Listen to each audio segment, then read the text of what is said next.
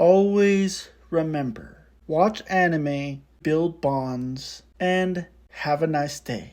Now, let's get this video started.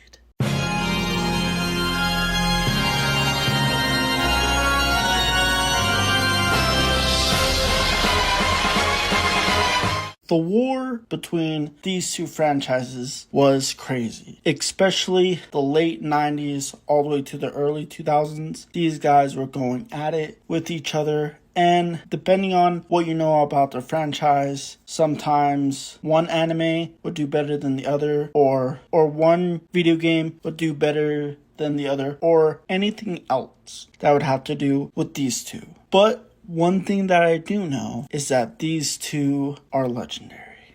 One of the things that I remember with these two franchises was their cards. And if you were there within the late 90s and early 2000s, then you would know how popular their cards were. And whether you collected only Yu-Gi-Oh! Or only Pokemon, or both, then you could practically get it from anywhere. They would have cards wherever you would think of, pretty much. And it was a crazy time. One of the ways that I would get my cards was from my uncle. Whenever he would get done with work, then he would pick up some cards for me. I would say minimum, he would probably get cards for me at least once a week, if not more. And that's how I started my collection. Most of the time, I would use the Yu-Gi-Oh! Card game and play that. But for the Pokemon cards, I would mostly use those for just collecting purposes. The next part of this is their video game.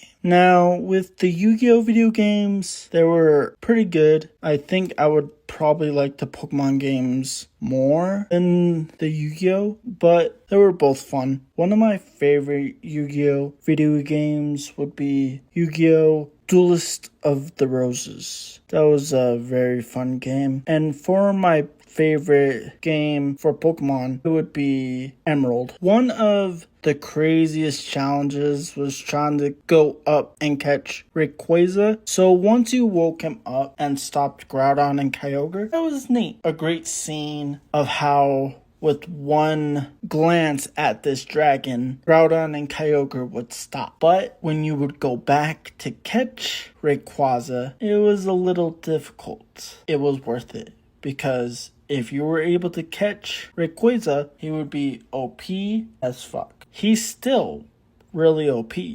especially his Mega Evolution. Now, for this last part, let's talk about the anime. Now, the main characters for the Yu-Gi-Oh! Anime has long past gone. And after him, there's been plenty of new characters to be explored. From the last time that I heard, he has finally reached his goal of winning the league, which is good. Now, that's pretty much I gotta say about these two franchises. Thank you for part of my childhood. With that, that will be the end of the video, and have a nice day.